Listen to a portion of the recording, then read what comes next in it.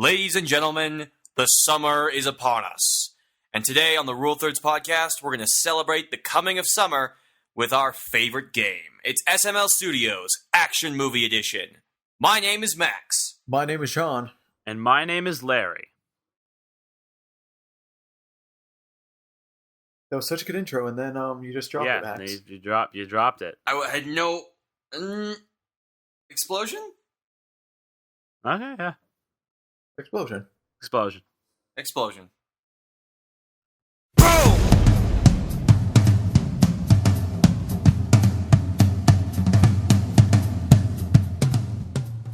So, how are you guys doing today? Oh, I'm all right. I'm good. Pretty good. That feeling where you turn in a paper and you have legitimately no idea if it was garbage or good, or I have no idea. So that's what I just did. It's the best feeling. That's the best. Larry, I know that you're on spring break right now. I am. Spring Feels break, good. Yeah. Oh man, what crazy I remember the days partying of spring break like it was like 3 weeks ago. No crazy partying. If by crazy partying you mean watching movies a lot, yeah. That is what I mean, actually. Okay, well, there you go. Crazy partying. Well, hey, I spent my spring break in LA doing interviews. It was not a crazy party time. Though I did go to a party store. Like birthday parties and stuff. Your spring break sounds crazy. Party Sean. stores. Anyway, Sean, before we get to today's topic, it's time to look at our favorite people, the community, with our community segment. Our favorite film composers. Yeah. Nice. Seth Campbell says, the name came from the result of my mom's family being silly on Thanksgiving after watching a Walgreens ad. It's meant to be pronounced the same way as unibrow. So, Unisys. Unisys? Okay. Like Genesis. Unisys. Easier way to say that. Okay. Yeah. Whitley says, oh, a double. And yes, that was a typo. I don't know what that... Wait, did he do a typo in like one of his comments or something? Anyway. Mumser. The topic... Okay, wait, what's Mumser? It's in the comment he left, he made his own film, and he called it the Mumser. Oh, right, okay. He says, it's the Hebrew word for a bastard child, a pretty sore topic in Judaism. Larry, comment? Never heard of the word before. Then you lie, Whitley. You lie. No, he's right. Mumser's the word. I'm kidding. Yeah. Oh, God. The Last Mumser. Did anyone see that movie? No. Yeah, no one saw it. Okay, and then as for the question, it's a three-way tie. So best favorite film composer was the question. John Williams, specifically, he cites the theme to Schindler's List. Joe, it's a Japanese last name. I'm struggling here. Great. Hisashi? I'm going to say Hisashi. Wonderful. Actually, I'm pretty confident in saying Hisashi. Merry-Go-Round of Life from Howl's Moving Castle. Studio Ghibli film. And Yoko Kanno, who did Shiro Long Tales from Wolf's Rain. Shoutouts also go to Michiru Oshima, the woman who scored Full Metal Alchemist 2003. Brotherhood is better. I'm just saying that because my roommates told me to say that I'm yet to watch the show.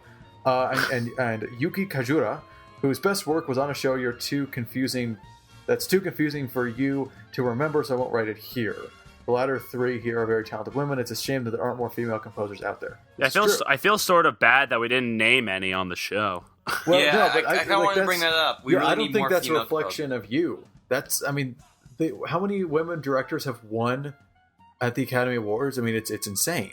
One. Yeah, is it just Catherine Bigelow, I think. Oh my god, that's awful. Anyway, I wouldn't blame you guys. I'd blame the industry for not giving you candidates because they're out there. They're just not giving the work that you'd see. I don't blame you guys. Yeah. I can't even think of one. Can we speed this up a bit? We got a game to get to. Well, I'm not the one that writes these giant comments, Max. And Seth also posted, my heart will always belong to Seth Campbell. My heart will always belong to John Williams, with my favorite being the original Superman and first 3 Harry Potter films. See, he gets it. Close second. Theme is a National Geographic fanfare by Elmer Bernstein. Dude, that's a sick theme.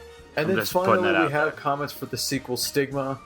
Terribly sorry to have more attention from our viewers. Oh my god, there are 5. There are 5 comments. Yeah, but most of them are they all from the same person? Seth did 4. Okay, here's what we're going to do. He says you can call Seth. Okay, Seth, next time, buddy, and this goes out to everybody, just put in one comment, dude. Okay, you should read them. I don't care. You should read Max yourself. It's Harry Potter stuff. I don't care. Okay, He cool. also says, any and all anti-sequel arguments are embodied in the Highlander franchise. We go from immortals to inexplicable origin, and there can be only one, to them actually being aliens and retconning all the backstory. A pointless and confusing third movie that embodies absent-minded Hollywood sequels. Then they made a somewhat okay prequel show that tries to undo the sequel by setting down lore, a show finale movie that doubles as a remake of the original, and finally a sequel to that, and that makes no sense. And now the rumors of a reboot. My brain hurts. My mouth hurts from reading all of that. Oh my god. Sounds terrible. Now we have Whitley saying favorite sequel being The Dark Knight. That'd be up there, I suppose, but it's hard to... I don't think of it as a sequel. It says the additional problems of sequels is that Hollywood communicates with money. That's kind of a dumb way to put it. If people are so insistent on sequels dying out in favor of original material, then why did Edge of Tomorrow bomb? It didn't, though. It did okay. And Michael Bay's Transformers movie makes several billions of dollars combined. Well, yeah, they have. We're really at fault here, not so much films. Yeah, they only respond to us, so ours to blame. Okay, that was a lot because we did a double uploading. But thank you for all your comments. My job is done. Now I don't have to Please do continue crap. posting. I know that sounds cynical when I say please put in one comment, but seriously, we can't go through all of them. But so speaking of Hollywood, Hollywood's big harvest of the year is upon us, the summer blockbuster season, and it sort of has already begun as the first Friday of April has kind of served as the first blockbuster of the year. Last year we saw Captain America: The Winter Soldier come out, and now we see Furious 7, which is making so much money at the box office. You guys, we should really do a review on that at some point. I think we should. Yeah. What do you guys think? I guess so. Yeah, we should try and fit it into our busy podcasting schedules. But in celebration of this momentous occasion of the beginning of the 2015 summer blockbuster year, which, if you haven't heard, is going to be huge, we're going to play our favorite podcast game, SML Studios, based entirely around a good old-fashioned action movie. Mm-hmm. It's going to be fun. So, for those of you who are new to the podcast, SML Studios is basically where Sean, Max, and Larry of SML Studios come together as executive producers and create a cast, a story, a writer, and a director, and get it all together for one movie that they just made up. Mm-hmm. Sometimes other details are thrown in, sometimes they aren't. And essentially, the entire goal is to create a movie out of nothing but stars, names, and concepts. And it's fun. So we're going to start with that. Sean, you usually play this game the most. So how do we begin? I forget. Well, we begin by just doing kind of the framework, but you kind of already said it. So what we're aiming for this time is just an action movie. Now, that doesn't mean we have to get only action actors, but it's something to keep in mind. However, that will dictate our story. The point of our story here today is big, bold action movie. Guns Not a-blazing. so much dumb action movies, just like an action movie. Like, okay, it could be, we could do an over-the-top ridiculous one, or we could do a more like down to earth. Like, we could do something like The Raid, where it's like super respected, or we could do something like Furious 7, which is respected, but just like over the top and insane. For different reasons. Cars leaping in between skyscrapers, insane. Honestly, should I we think decide that now, then? no, I think Let's we do should the just cast let's and do the see where it cast fits. because I feel the cast is going to decide a lot of that. So let's choose our 6 characters. Why don't we just say? I mean, I don't want to put too many limitations, but why don't we just put the cast of Furious 7 like away? Just like they're in their own Yeah, movie right now. sure. We should focus on different ones. I'd That's say probably so. fair. Yeah. Yeah. With All right. that said, So Larry, you go first. All right. I have been seeing some work from this guy that I really like. He's a bit of an older guy, but I think he would do... I think I already kind of know where he would be placed in this film. I'm going to go with F. Murray Abraham. Roles you might have seen him, Grand Budapest Hotel, Amadeus. He's currently on Broadway right now. I think he's just a really solid, dramatic actor. I think he could add a lot of talent to this cast. we're trying to do an action movie. I know. I want him to be the villain. Okay. All right, Sean. What about you? Wow, that was kind of a thud. That casting, we don't know who you're talking about. You know. You guys have to know. Well, I mean, I'm looking at his photo and like I kind of recognize him, but I don't know. I mean, what do you want me to say? Anyway, my pick. I'm in a film and philosophy class, and my screening was this evening for the week, and I happened to see the film Alien. Thus, I want to put in our film Sigourney Weaver. Yeah, classic the first lady of action action heroine. movies. Yeah. We want to go with him. No, I'm not. I was going to say Pratt, but I'm not going to go with Pratt because that's Yeah. like too easy. A little too easy. It's like too easy. I can see that. Let's see. So we got our villain, so to speak, as of right now. And we got our heroine or hero. Wait, you have heroin? Where? Oh, Max? well, Max? I will pay you like so much money. Max and Oh, heroin. boy. That's a good one. Anyway. Yeah, that's a great one.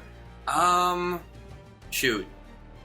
I'm kind of drawing a blank here because I'm thinking about all these action movies, and honestly, I haven't seen all that many action movies recently, so I'm kind of like, I'm in a bit of trouble because I don't know where to begin. Like, You know what? I could bail you out if you... You know, no, I'm going to save my pick. oh, great. Well... Thank you for You're almost saying- bailing me out of this very Okay, awkward here's situation. who you should do. Here's your bailout. Okay? Let me get his name down. And if you say Christian Bale, I will punch you through the screen. Why would I say Christian Bale?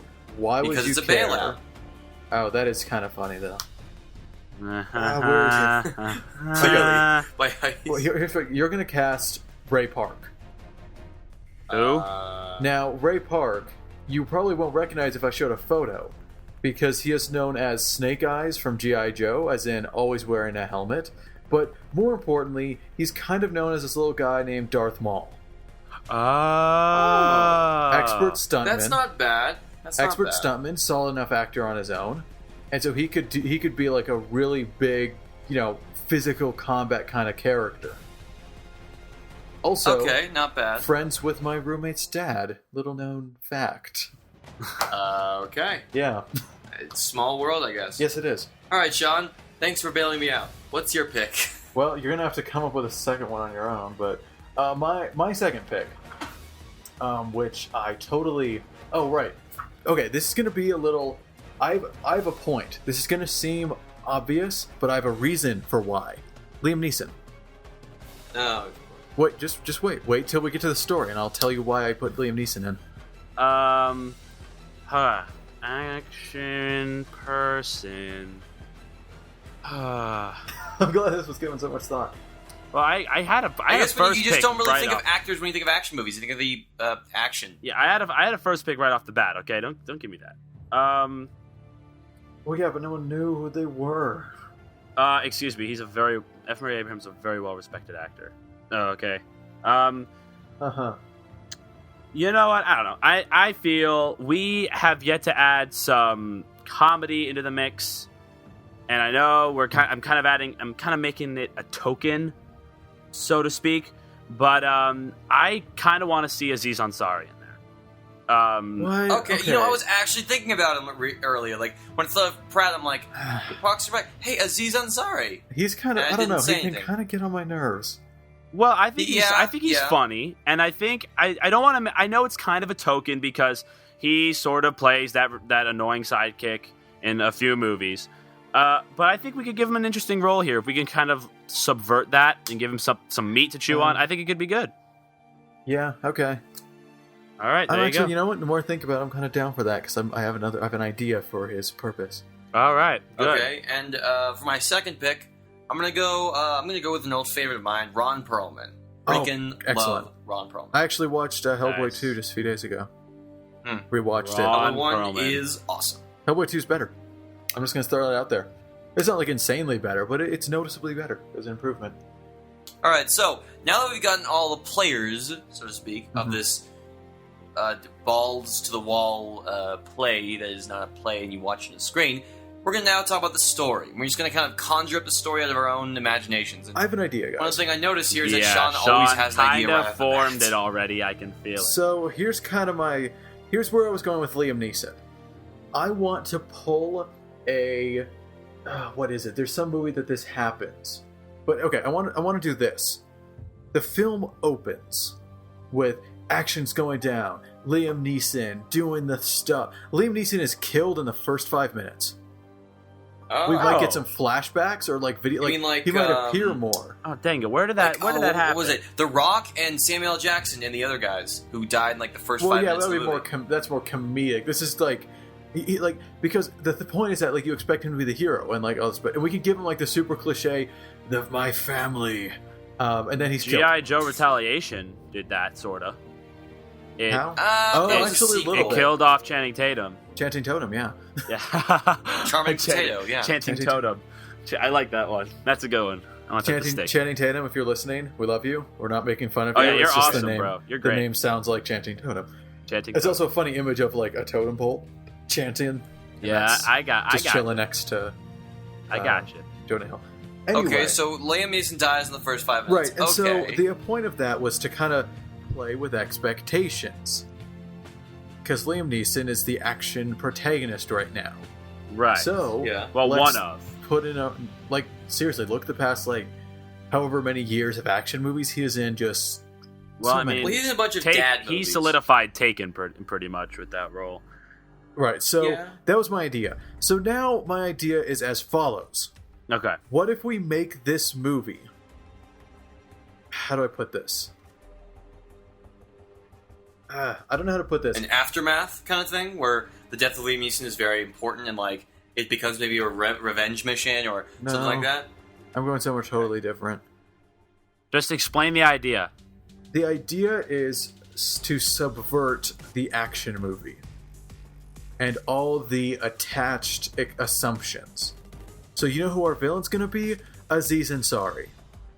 Oh. That sort of thing. You know who Sigourney Weaver's going to be the wife that Ron Perlman's rescuing? She's the one that ends up doing the mission. Ron Perlman gets himself killed or captured or whatever. This sort of thing. I feel like we've seen that before, though. It's like a parody. No, it wouldn't do. It's not comedy.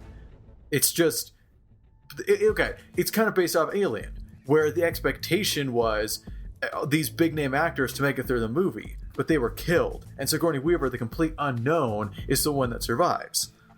And so what if we kind of did that with the action movie? So are we just- gonna F. pull? Murray Abraham survives because nobody's heard.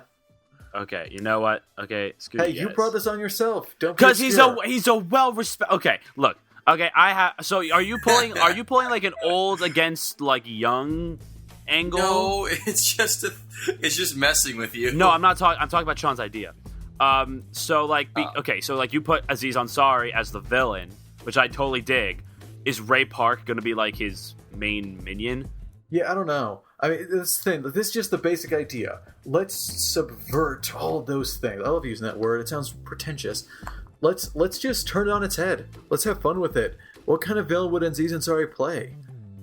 The villain that like is I always imagine him like standing like saying powerful things and you never expect him to really like do anything except like use like minions and stuff, but actually he's a super freaking awesome like I don't know, gun master or something. Like he defies expectations and that like you always think of him as just the suit who's like in charge of everything. When in reality he's actually kind of crazy. Like he's crazy with the guns and the shooting and the kicking and the punching. You know what? He's a gun nut. What if we really ran with this? Let's just, for the sake of this, because it's all hypothetical anyway. Let's just get rid of the idea of marketing. Sure. And just create if people have people are just sitting down in our theater for the first time. Let's just run with that. So let's open with Liam Neeson and Family Story, and then kill him. And then let's make Aziz Ansari not the villain until a third halfway through, and so it's a twist. And then let's do the Sigourney. I kind of want Sigourney Weaver to be the protagonist. I'm just going to lay that out. Yeah. Sure, yeah, that's fine. Okay, so it seems like we got Sigourney Weaver at the top. I'm writing this down, by the way, just to keep track. Same. And I did a with Liam Neeson just because he's in it so little. I already added that.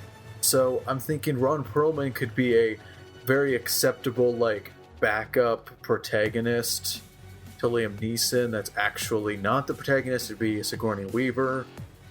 Okay, well, can we think about more of the narrative idea here before we start piling people who's on top? So yeah, we have this weird opening, and then we have the film. But where's the story? So here? okay, so let me try throwing some ideas around. Okay, let's just brainstorm a little bit. So Liam Neeson he's in a mission, and he looks like he's about to win, and then he's just shot or something, and he dies within the first 10 minutes. Yeah, there'll be opening, awesome opening chase action scene that most action movies do, but usually it ends with them victorious and then learning about their next mission. But in this case, he's shot.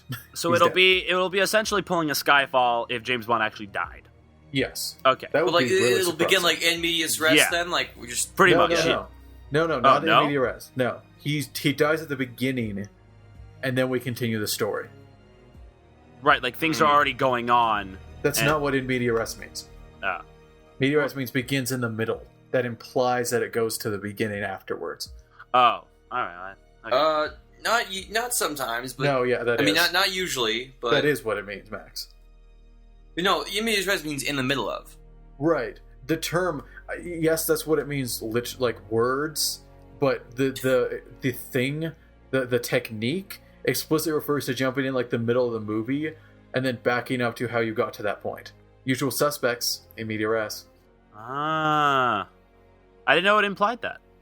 Across the universe. I don't think it does, but okay. It does, Max. Look it up. Okay, let's move on. Okay, so should we have like, okay, so I think Ron Perlman, wait, is Liam Neeson part of like the CIA, NSA, You know what? FBI? This is too much. I just thought of an idea. Liam Neeson was trying to rescue his wife, Sigourney Weaver. And then we just shift to her. There's no second middle ground. Right? Are we good with that? So, Okay, yeah. So she's captured. Right, so Sigourney it's the Weaver. classic like, I gotta rescue my wife, and then he's killed. He's So- killed, and then like Sigourney was like, he knew that I got this. Why did he have to come after me? Like, she's very capable, and like, and the only reason Liam Neeson did it is because like he stuck to like traditional like, I have to save my wife because she's in trouble, instead of like, no, even though he knew that Sigourney Weaver is like awesome and like just a butt kicker, like she's all like, she begins like all upset because her husband pretty much died for no reason. You know she could what? have clearly handled it herself. I kind of like the idea of two recently retired bank robbers. That would be Liam Neeson, Sigourney Weaver. All right, Bonnie and Clyde situation. right, okay. but more anti-heroes and full-on villains. More Robin Hood type of robbers, but they don't give to the poor. They're the relatable robbers. You know what I'm saying? But like Bonnie and Clyde, essentially. They were psychopaths. Yeah, but but whatever. you know. But okay, Sure. so Liam Neeson dies. Does Sigourney Weaver get out herself? Right, so that would kind of be the implication that she gets out fine, and now it's her story of vengeance. Okay, hold on, let me check some ages here, because if we could get them... Where did my phone go? Just, like, vanished. What? Oh, that's under my foot. Smooth, Exciting times on the podcast, right? clearly. So wait, Yeah. why do you want to check ages? I mean, if there's any... If we want to throw in any, like, other of their family... Ray Park's 40. Oh, hey, Sigourney Weaver's 65. Wow. Wow, Right? aged. Still looks pretty good. Exactly. So Yeah. we could do like Ray Park is their son. Oh yeah, that could be kind of fun. We kind of reverse that and make him out of this world, not involved. We can still give him some sweet action later. But if we And like, he could be like the guy who was like, I'm really good at action because like it was genetically passed down to me or something like that. Like, he never wants to fight. It's more just like respect. I mean, he's a martial artist, like world renowned. That's why he's in, the roles that would require that. So what if we just make him like the actual person, Ray Park? I doubt is a violent person. Yeah. What if we just get someone that's really into that martial art, and then they're kind of forced to use it because they gotta. Sigourney Weaver's got some vengeance to wreak, or So he's one of those like, oh, I only use for self defense. I don't want, like, he's kind of passive dude. His character. Sure. Yeah. That And would be yeah. And so is he like eventually going with Sigourney Weaver on this little revenge mission? Yes, definitely. And so he's sort of playing the fish out of water. Yes, definitely. Also, I think she wants to keep him out of it, but he figures out that she's up to something and in trouble. Okay. And so then he kind of gets roped in on his own involvement. So and what is she's- this film as a whole? Is it like a rescue mission? Is it No, like a I revenge always mission? thought of it as like a trying to get out of the criminal world kind of story, where they thought they were out, Liam Neeson gets killed because of it. So now Sigourney Weaver's trying to kind of burn down the whatever like group of, it could be a gang, could be just like a criminal organization and they're the ones that's been hunting them that killed Liam Neeson. So it's vengeance, but also Yeah, so in order to escape, they have to destroy the core, exactly. pulling a Death Star. You know what? We are pulling a Death Star. All right, we'll pull a Death Star. So, okay, so Aziz Ansari is our villain. Right. So now, here's what I'm thinking. For a big chunk of the movie, Ron Perlman is supposed to be our villain. Aziz Ansari being the always getting slapped around sidekick. Pretty much who's Gaston's sidekick? His name Gaston from Beauty and the Beast. I don't even remember. I know he's like short and kind of chubby. Him, like just always slapped around, just doing all the menial labor. No one gives a second thought, but that's the point. All right, so what if like everybody in this organization was like mean to Ansari because like he was like the dumb guy, but Ron Perlman he knows that Ansari is like actually kind of awesome, and he doesn't say anything. But at a certain point, Ansari snaps and just does the deed himself. Even though Ron Perlman has been the villain, has been evil, he's never like went out of his way to like make fun of Ansari, right? Or anything like that. I don't know. I've kind of seen that before. Have we? Yeah, I don't know. I feel like that's kind of like the whole. I don't know. Maybe it just seems unrealistic to me. Like, it is a trope. The character that no one thinks anything of, that the one person sees the potential and, kind of makes them rise up to it. I'd much prefer No, he knows that he's like awesome and like he tries to like sometimes back off. He's like, guys, you really don't want to do that. But nobody believes him because, it's Ansari. He's like a little guy, but like, and he's actually kind of maybe psycho. And like, perhaps Ron Perlman is a bit afraid of him. And like, and then at just some point, just when you think, oh yeah, Ron Perlman's going to calm it down, Ansari kills him, and the stakes just go like up tenfold. He becomes like the main villain. Maybe, but I kind of like the idea of having that public figure, like purposely have everyone kick around. Like, he is the boss of this organization, right? Aziz Ansari is the boss, and he purposely. Okay, you know what's going to be? It's like. No, that doesn't work. Anyway, it's pulling a Mandarin. Kind of. He's a puppet. Ron Perlman's the puppet. He's actually not good at this at all. Okay, He's just a grunt. Yeah. So let's ask this. So Ron Perlman's public figure, right? Is Aziz Ansari an established character, or is he a shadowy figure?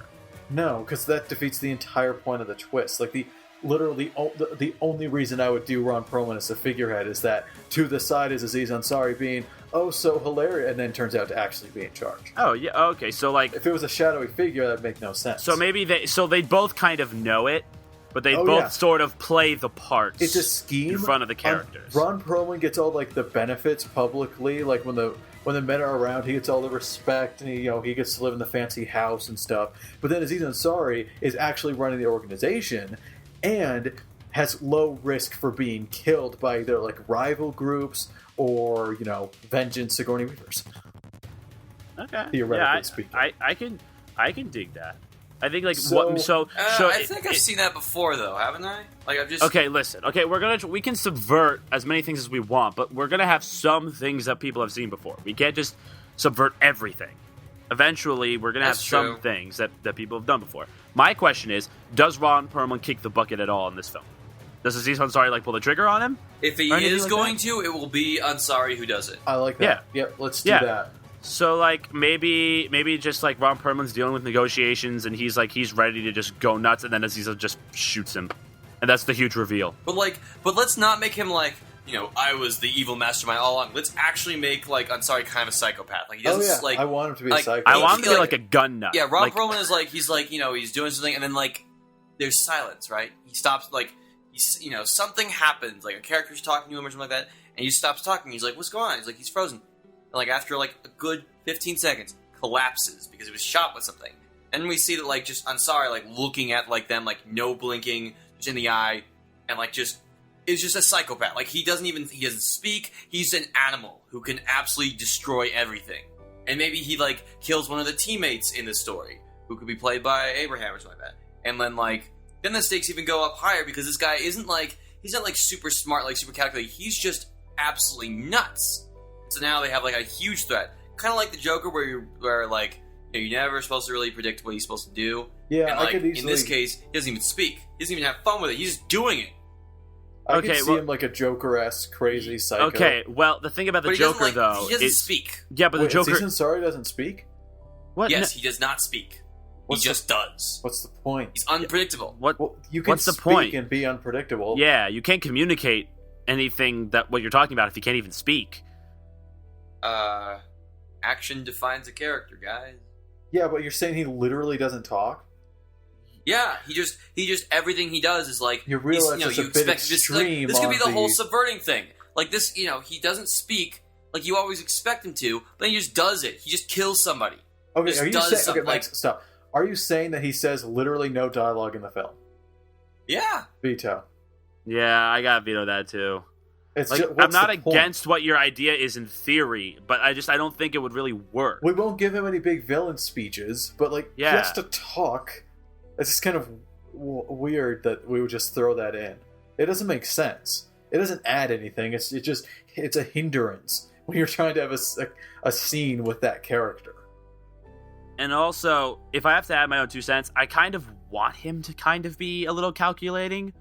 Simply because the Joker, he's crazy, but he does have an overall idea. Like there's motivation. Like you got to give Aziz Ansari's character some sort of thought, but he could be totally crazy. Like I want to have moments where he just literally goes guns a-blazing nuts. Like I would love to see scenes like that. Yeah, he'll probably go out in an awesome blaze of glory. So yeah, I could see that. Okay. All right. So, like, have we hashed out the plot entirely? Can we move on to the next thing? What's the next thing? Next thing is a super special thing I just thought of that I think would be cool for this particular episode of SML Studios. Oh no, I'm really worried, Max. What is it? Are you gonna say something like, "What's our like approach to the action?" No, I was just thinking like, what kind of action sequences are we going for? That's literally Jeez. the same thing. No, Yes. I'm not talking about approach. I'm talking about like, what do we do? Do we do like gunfights, kung fu fights, All like of jive them. scenes? Do we All do of them. All of them. Everything.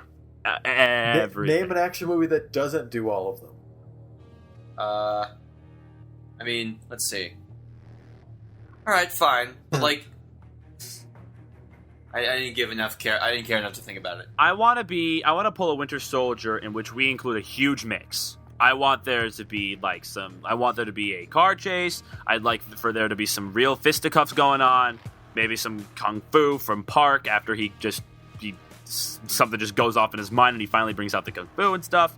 The martial arts. I want to have a good mix. I don't want this to be like Furious 7 kind of pinholes itself a bit because it features cars. That's a huge thing. Yeah, so obviously car chases, duh. But I don't want to be that. I want to, and this is not an attempt to subvert the genre or anything. It's to embrace the genre. I mean, because Ray Park brings the martial arts. Should we go over the top? Like, should we go all Furious 7, like driving through buildings? You know what? The more I think about I have no problem with that. I don't think so. This story seems a little too serious for that. I mean, it's still like very action heavy and explosive and awesome in that regard. But I don't think we'll go ridiculous. I do want there to be. I want Aziz Ansari to go out in style, though. I think that should be the big thing. But it's not. It's not going to be like the car smashing through a skyscraper into another skyscraper. Yeah. That's a little crazy.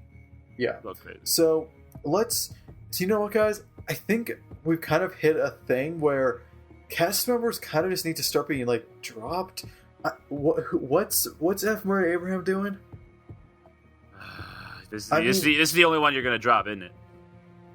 Okay, well, see, here's my thing. I don't think that the strings are exactly. I think there's still a few loose ends. I'm still not exact we don't have the an narrative. Exact plot. Yeah, but pretty much. Here's how I picture. Sigourney Weaver is captured by Aziz Ansari's organization. You think is Ron Perlman's, even though she's accomplished heist expert, knows the way around guns and action, all that. Liam Neeson rushes off to rescue her, gets himself killed because, of course, a trap. Well, this has happened, right after this, she gets out, learns about his death, goes vengeance mode, trying to bring down Aziz Ansari's organization, who she also thinks is Ron Perlman's, by the way. This is a twist to her, not just the audience. And then her son, Ray Park, is like, is something up? And she says no, but then after, some event where, like, she's all scraped up and stuff, he's like, what is going on? And she tells him, and then he reluctantly decides to come help her. Okay, hold on. Before we go further, I want to solidify. So, just quick thing. So, first of all, about Sigourney Weaver being captured. She's captured already in the beginning. Yes. It's set up as Liam Neeson rescue family movie. and then she gets out. Yeah, she breaks out right after that opening scene, just on her own. She just breaks But out. she doesn't know. I figured it would make sense that she learns that the husband is there and he does die. Like, while she's captured. Like, wouldn't the villain want to, like, just show her that to make her feel like crud or something? But it wouldn't matter if he wants to. She would escape before it, like, really goes down. Oh, okay. I get it. She's escaped before he even, like... Pretty much, because again, Joe's we're out. just... Our opening sequence is Liam Neeson just because we want that surprise factor, but in terms of, like, timeline, it can happen before, after, whatever. We don't care. Okay, that makes sense. So she goes back. Now, the organization wants to get rid of her also, because now they've killed the husband, so let's just try to get rid of her. So that's the event that Ray Park gets involved, and he gets scraped up and stuff. Because I think we should just solidify that that's the event that does it. And then... What event does it? What? Sorry, I missed that sentence. It's just, so they want to kill her too. So they go straight to her to get her, but that fails. And that's how Ray Park is tied into the whole thing, because that's the event that gets him scrubbed. So Ray Park joins her? Like, yep. and she goes on revenge, but Ray Park feels what? Like, why does he join her? As kind of a... Maybe he has, like, a family that might be implicated in this. He just wants to help his mother. There's definitely the vengeance for his father's death. Let's see. He's part of the family. It's his mother. Well, what could happen is, like, Ray Park gets, like, caught up in the wrong deal. Like there's like, and to the point where, like, there's no way that he can't, that his family will be safe unless he helps destroy this organization and get out of there. So he has to team up, otherwise he's always going to be targeted because he just gets caught up in the wrong place at the wrong time. Exactly. Now he's got to fight his way out. That's what I said. Like, he has a family that might get caught up in this. Yeah. So that's pretty much all we need. Then he's involved, because he has his own family to protect. This affects. Mm-hmm. And, I mean, you know what, guys? Here's what we should do. We should think of a cool set piece, at least. Yeah. And then, like the ending. And then we can be done. Okay. I think it's pretty easy to map all this stuff out already, now that we kind of have the narrative. What have you always wanted to see in a set piece? Like, what's something, like, either something you haven't seen yet, or something that you see quite a bit that you like? Like, I like heights being involved in set pieces. It's a cool thing, heights. You know what? I never see in, like, arches. Like the arches in Utah, Canyonlands? Would be some cool fighting around them, because those are some pretty intense cliffs. I don't know. I always find where does this take place? Where? Chicago. I had the idea. What about, like, Vegas? That's a pretty easy thing. It's not bad. Easy place coaster set piece on the freaking New York. I'm glad you brought that up. I was about to, because I was on a roller coaster when I was in LA, and was like, why haven't I ever seen an action set piece on a roller coaster? Good, let's roll with that. I like it. While we're at it, Disney action movie set in Disneyland, not a bad idea. No, it's not. It's an awesome idea. They would never sign on. What if their base is like, what if there's this big casino and stuff, and there's like a theme park next to it? What if their base is underground, like underneath but that? Here's the set piece. Roy Park's like, hey, wife and kids, let's go to this roller coaster. It's weird. My mom was acting strange, like something's afoot. And then he's got to do some defending of his family on the roller coaster. Oh, that's awesome. Right? That's cool. I mean, but is that too much for what is ostensibly a serious movie? No. Is this really a serious movie?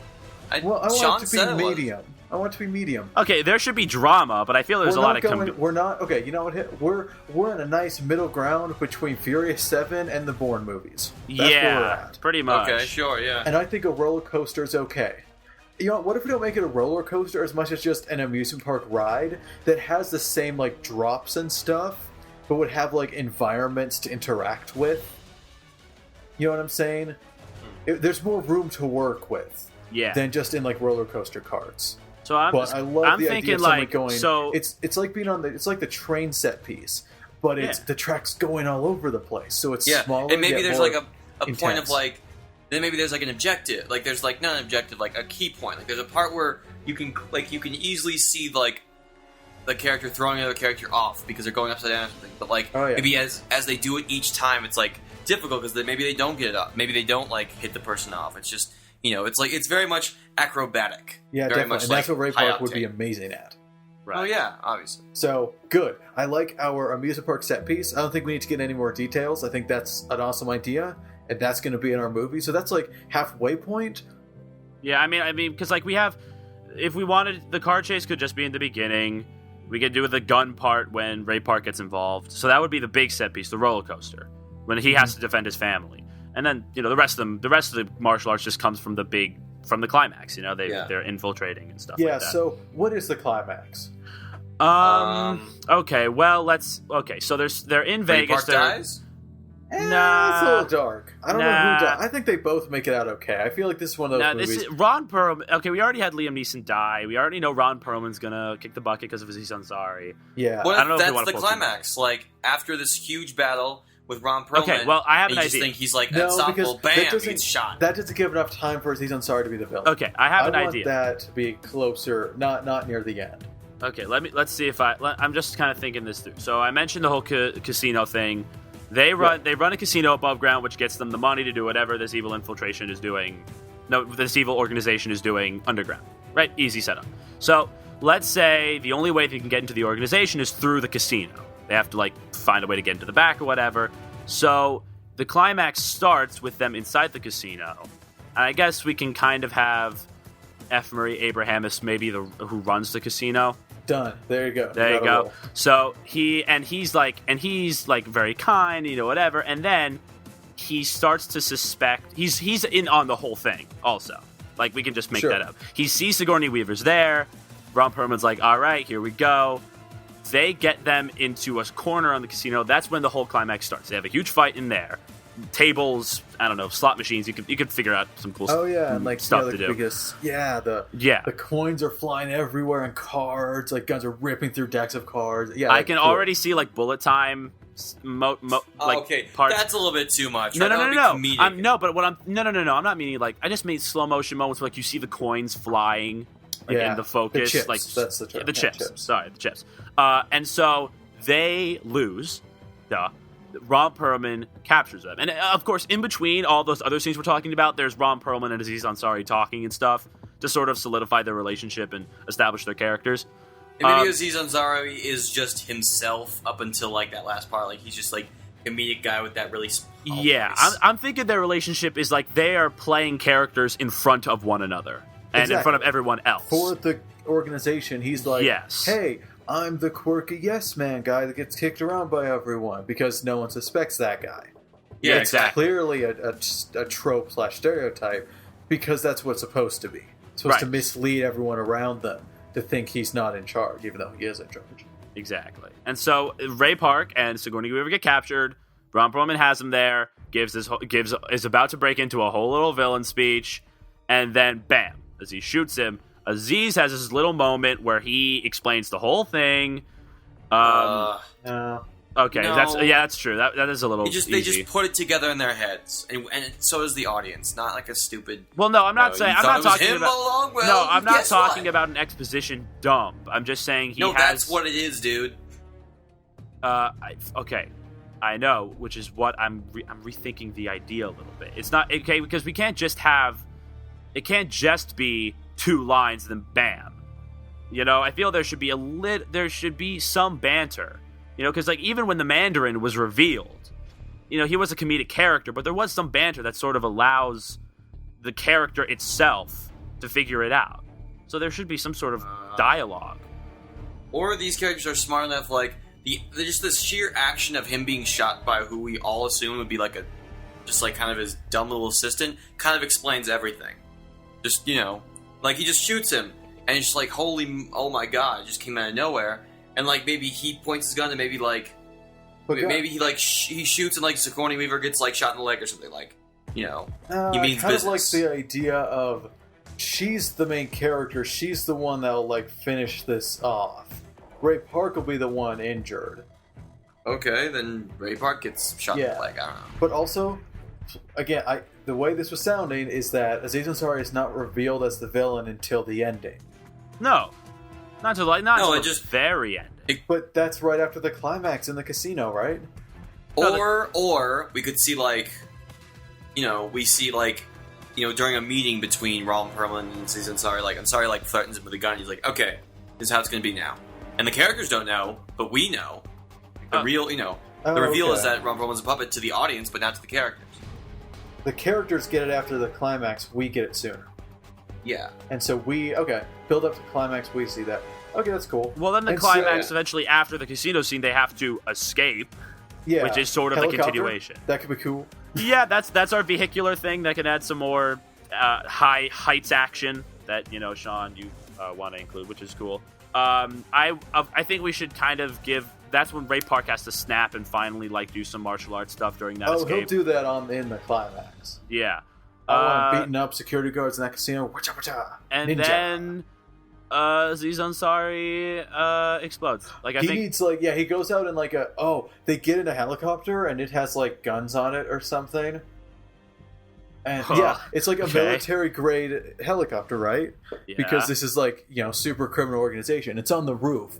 And so they go up and get this helicopter. Sigourney Weaver is piloting it away. Aziz Ansari is so upset that he was exposed. The police are about to break down his door or whatever. And so he grabs his guns and he fires blazing his machine guns out, trying to hit the helicopter. Right? That Sigourney Weaver's escaping in with Ray Park. Some bullets whiz by. She sees what he's doing, and so she turns the helicopter around, locks on, and fires missiles at his floor of the building. Aziz Ansari continues shooting as the missiles hit. Boom! Explode out that floor of the skyscraper. Boom. Damn. Yeah. Missiles. Sure. Yeah. Okay. And that's the finale. Okay. So real quick, a few things. Composer or writer director. I'm gonna go for director. Do you guys want to do writer first? Let's see. A famous. I kind of know my director. I'm really gonna push him. Writer. Who's good at writing action movies? Shane Black. What? Shane Black. Shane Black. Oh, the yeah. first $1 million screenwriter. He wrote Lethal Weapon, Iron Man 3, etc. I could be down for that. Let's do it.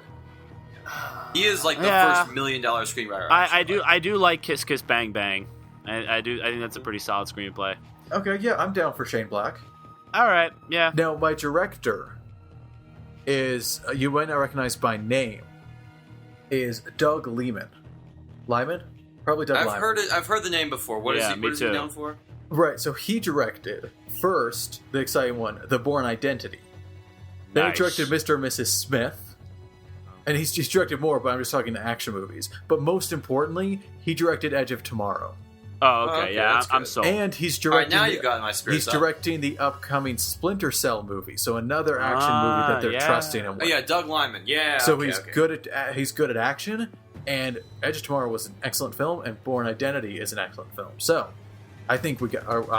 I'm set. Do you guys have any objections? Yeah, I'm down. Yep. No objections. Let's see. Composer. Go Junkie XL, Harry Gregson Williams. Dude, Michael Giacchino. An action film. No, this is too small for that. Michael Giacchino, Giacchino. Too small. What are you talking about? Giacchino's scores are big and sweeping and huge and have this huge scope. When this movie really doesn't have that big of a scope. I'm sorry. I guess helicopters shooting missiles into a roof isn't big enough for a Giacchino score. Excuse me. Well, not really. I'm gonna go with Harry Gregson Williams. He's done good stuff in the past. Yeah, I guess so. I mean, he would Or fit. Junkie XL, he's also good. And let's see, what else is good action like? You need one composer. That's it. Yo, we're good.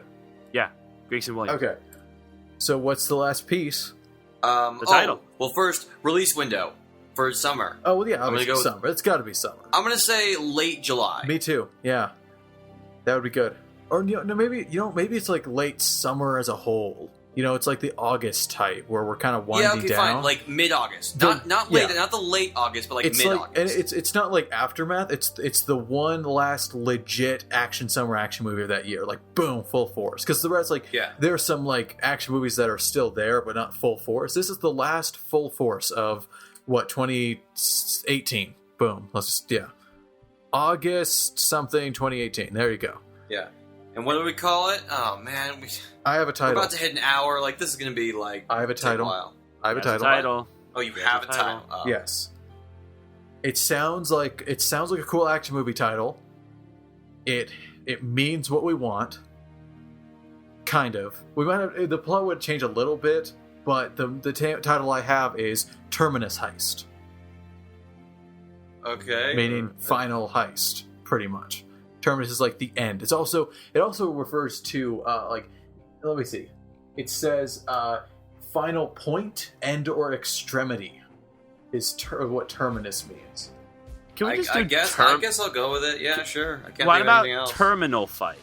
Like Heist. instead of Terminal heist. heist. Sorry, heist. Terminal instead That's of not terminus. as interesting.